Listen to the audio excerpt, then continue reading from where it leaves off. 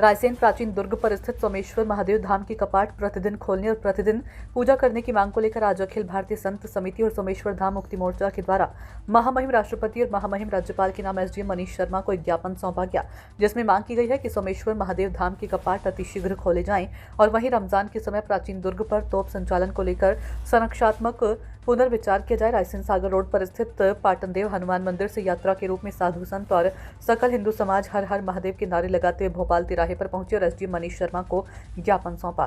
साधु संतों ने चेतावनी देते हुए शासन प्रशासन से कहा कि अगर शीघ्र सोमेश्वर धाम के ताले नहीं खोले गए तो एक विशाल आक्रामक आंदोलन किया जाएगा और तब जो भी स्थिति बनेगी उसकी जवाबदारी शासन प्रशासन की होगी। आपको बता दें कि रायसेन प्राचीन दुर्ग पर स्थित सोमेश्वर महादेव मंदिर के ताले साल में एक दिन महाशिवरात्रि के दिन खोले जाते हैं और शाम को आरती के बाद बंद हो जाते हैं। किस संबंध में आज ज्ञापन दिया और क्या मांगे प्रमुख?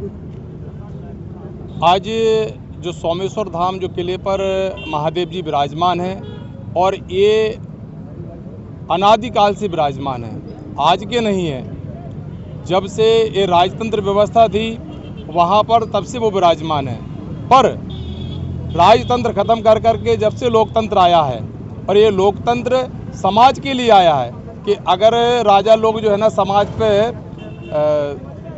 प्रताड़ित करते थे, समाज को परेशान करते थे, इसलिए पब्लिक ने लोकतंत्र बनाया और इस लोकतंत्र की सरकार भी, इस लोकतंत्र का शासन भी इस समाज को परेशान कर रहा है, भगवान को परेशान कर रहा है। संविधान भी किसी भी गर्भगृह में बैठी हुई मूर्ति में प्राण रूप मानता है, उसमें जीव मानता है।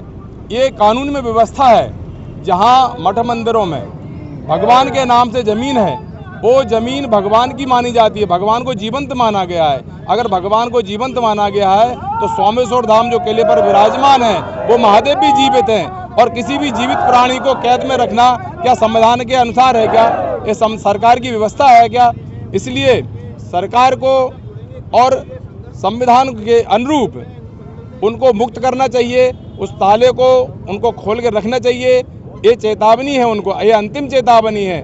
अगर वो ताला समय अनुसार अगर नहीं खुला, जो ज्ञापन में जो ज्ञापन दिया है उसमें जो मांग की है, उसके बाद अगला जो हमारा आंदोलन होगा वो इतना भयंकर होगा कि उससे संत और समाज एक साथ सरकार से टक्कर लेंगे और सरकार को उससे उसका जो परिणाम होगा, उसका दुष्परिणाम का उत्तरदायी सरकार ही जिम्मेवार होगी। महाराज जी, 2 दशकों से बीजेपी की सरकार केंद्र और राज्य दोनों जगह स्थापित है और वो अपने आप को हिंदुत्ववादी और राष्ट्रीय पार्टी घोषित करने की बात करती है कि हम राष्ट्रवादी हैं और हिंदुत्व की रक्षा करने के लिए हम खड़े हुए। उसके बाद भी इतने लंबे समय से सोमेश्वर धाम कैद में है, इसको लेके जो सरकार है उसकी मंशा पे आप क्या कहना चाहेंगे? ये हमारे विडम्बना है।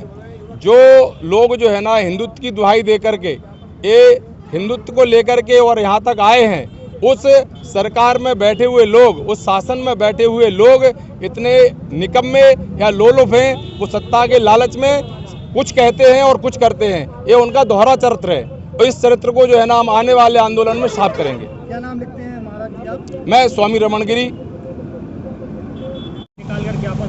भगवान, यह यात्रा जो है सोमेश्वर धाम में निरंतर तालाबंद है, जो कि सरकार के द्वारा तालाबंद है। साल में एक दिन और सिर्फ 8 घंटे को पूजन के लिए ताला खोला जाता है। हमारे भगवान साल भर 364 दिन मंदिर में अकेले विराजमान हैं। न तो उनकी पूजन होती है, न उनका अर्चन होता है, न उनको भोग लगता है, न तो किसी प्रकार की सेवा हो रही है। उस बात को देख करके हमारा पूरा सनातन धर्म, पूरे सनातन के साधु संत इस बात को देखते हुए बहुत ही मन से दुखी हुए हैं और उस दुख को हम लोग अब कब तक बर्दाश्त करेंगे। सनातन धर्म में सरकार जो है कि यह अनीति का कार्य कर रही है। मेरा सरकार से गुहार है कि सरकार आप इस बात को स्वीकार करें कि सोमेश्वर धाम का जो ताला है उसे खुलवा करके निरंतर साधु संतों को, भक्तों को पूजन करने का अवसर प्राप्त करें। यदि सरकार यह नहीं करती है, आज हम सरकार को यही ज्ञापन सौंपे हैं, पूरा हिंदू सकल समाज मिलकर के, संत समाज मिलकर के यह ज्ञापन सौंपे हैं। यदि सरकार हमारी बात को स्वीकार नहीं करती है तो आने वाले समय में हम एक बहुत बड़ा उग्र आंदोलन करेंगे, जो लाखों की तादाद में संत और भक्त एकत्रित होकर के और ताला खोलने का कार्य करेंगे। उसकी जवाबदेही कहीं ना कहीं से सरकार की होगी, शासन और प्रशासन की होगी। तो हम सनातन धर्म प्रेमी बंधु हैं। हम जैसे धर्म को मानते हैं वैसे संविधान को भी मानते हैं। संविधान को हम पालन करते हुए आज हम सरकार से यही आग्रह करते हैं कि सरकार हमारी बातों पे विचार करे और सोमेश्वर धाम का ताला खुलवा करके निरंतर भक्तों को पूजन करने का अवसर प्राप्त करे। यही हमारी मांग है। जय जय श्री राम।